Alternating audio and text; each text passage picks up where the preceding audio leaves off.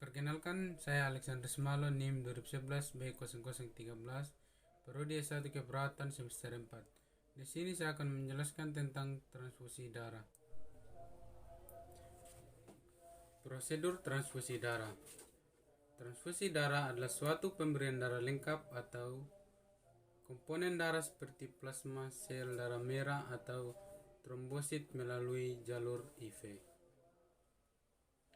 Pelayanan transfusi darah adalah upaya pelayanan kesehatan yang meliputi perencanaan, penggerahan, dan pelestarian pendonor darah, penyediaan darah, pendistribusian darah, dan tindakan medis.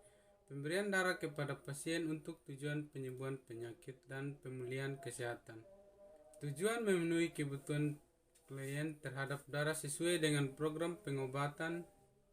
2. Transfusi darah untuk menangani pasien anemia berat, pasien dengan kelainan darah bawaan, pasien yang mengalami kecederaan parah, pasien yang hendak menjalankan tindakan beda operatif, dan pasien yang mengalami penyakit liver ataupun penyakit lainnya yang mengakibatkan tubuh pasien tidak dapat memproduksi darah atau komponen darah. 3. Transfusi darah juga diperlukan untuk menangani kegawatan darurat melahirkan dan anak-anak malnutrisi yang berujung pada anemia berat. 4. Tanda darah yang cukup. Seseorang dapat mengalami gangguan kesehatan bahkan kematian. 5. Oleh karena itu, transfusi darah yang diberikan kepada pasien yang membutuhkannya sangat diperlukan untuk menyelamatkan. Faktor-faktor yang mempengaruhi transfusi darah. 1. Golongan darah dan tipe darah.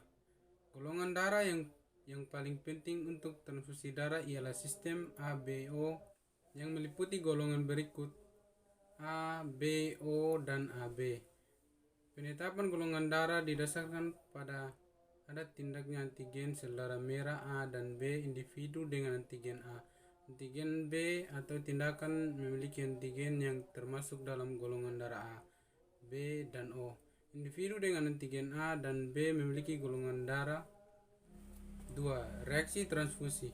Reaksi transfusi adalah respon sistemik tubuh terhadap ketidakcocokan darah donor dengan darah resipien.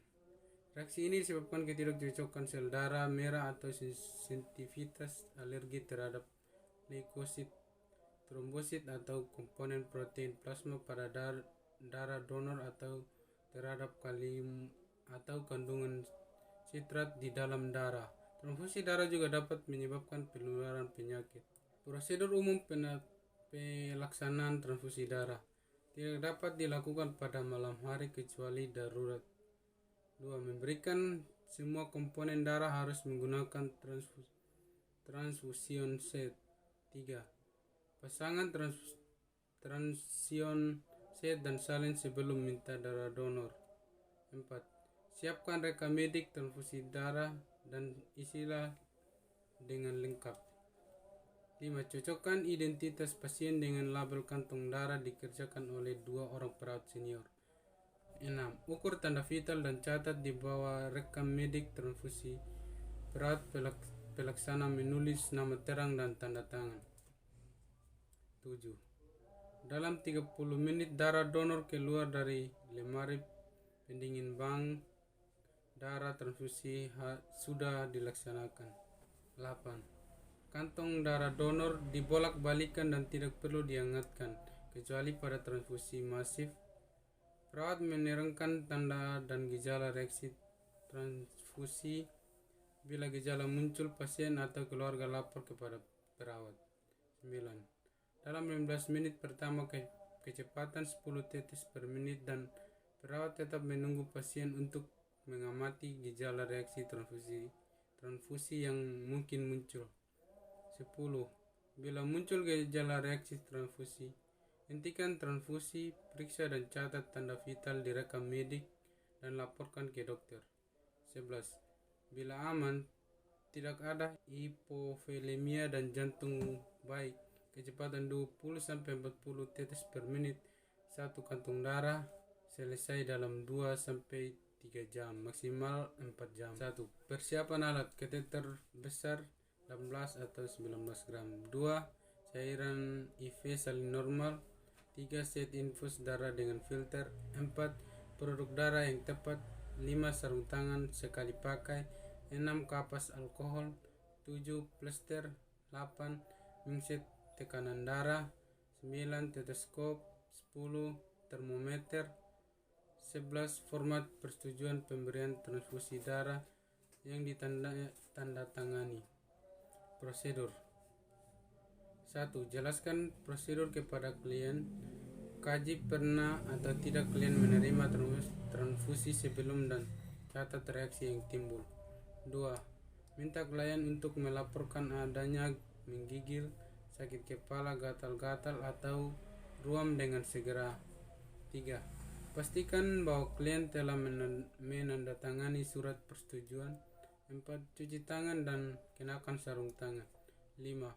Pasang selang IV dengan menggunakan kateter berukuran besar. 6. Gunakan selang infus yang memiliki filter di dalam selang.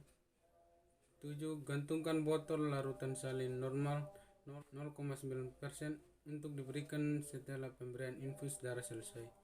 8. Ikuti protokol lembaga dalam mendapatkan produk darah dari bank darah. 9. Identifikasi produk darah dan klien dengan benar. 10.